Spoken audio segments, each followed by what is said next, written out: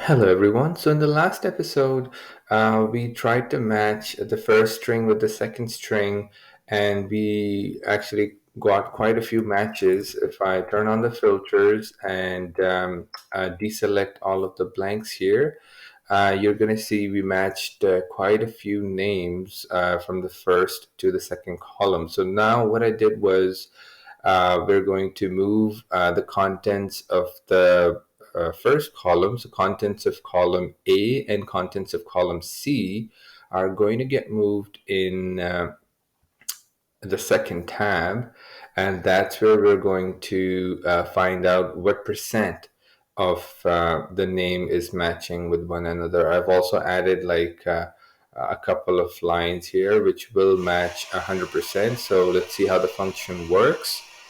I'm going to click on this button now, and as you can see, so when it's done, it gives you a completed message, and you can see, so most of the names are matching 50%, and a couple of these guys are matching 100%. So if I just turn this, of course, into a percentage, you will see the percent signs right next to it. So the contents of the first string are matching 100% with the second one, and that's why we have 100% here. So let's have a look at the function now.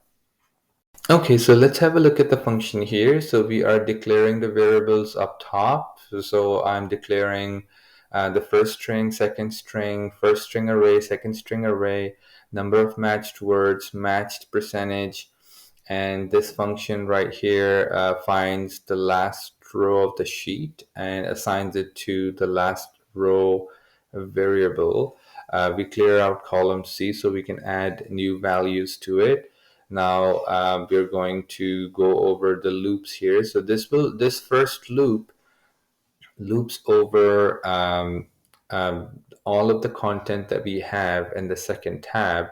So from second to the last row, and inside this loop, we are assigning the first string, converting it into an array using the split function, doing that to the second string too. So assigning the second string and then converting that into an array.